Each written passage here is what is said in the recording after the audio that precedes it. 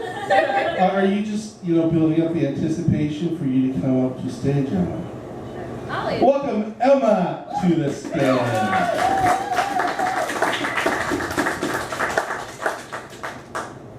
So I'm going to do my normal sad thing, but not quite yet. Yeah, sure. So, Kyoki read something about what, your friend's asking you about poetry, like, how do you write a poem? And I go, you take a pen and paper. Put words on it. So,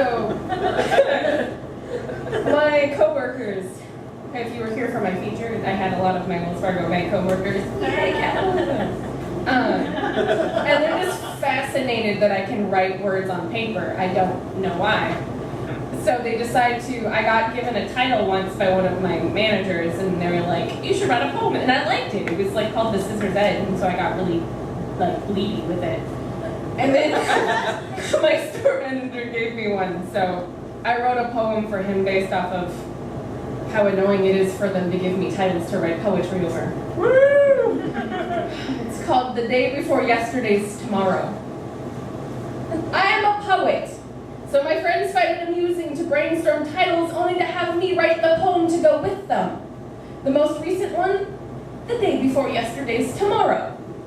I stared blankly at their proud faces, trying to figure out what the hell they just said. So you mean tomorrow? Nodding their heads in agreement. Brilliant, right?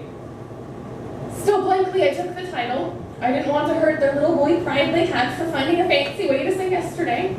I may be a poet, but I'm not that annoying. Or am I? The day before yesterday's tomorrow. Yesterday. 24 hours ago. The second 24 hours after the first 48 starting 2 days ago. Today minus 1 day. The day before today.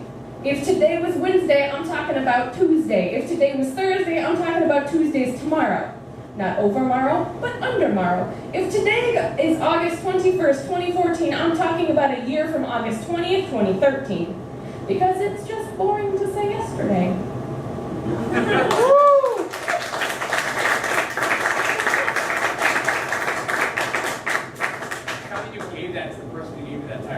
I did. He said it was brilliant. I was like, I'm sorry making fun of you in this. He's like, no, it's fine. So I didn't get fired. It was great.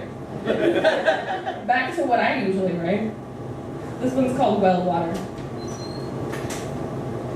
I think I tread water in the ocean of my subconscious far more often than the majority of my species. But what evolutionary purpose this ability has escapes the educated mush in my head, as I can keep myself afloat only for so long before I socially drown. I've been putting together the puzzle that solves my disconnect. The first piece fell into place when I realized other people do not consciously remind themselves to perform subconscious actions. Nor do they understand the notion of struggling with the concept of being present, as time and space are arbitrary in the recesses of my mind. When asked to elaborate, the only analogy I can scrounge up is being buried in the darkest part of yourself, with experiencing the world on a dingy 12-inch screen, the images feeding through your optic nerve.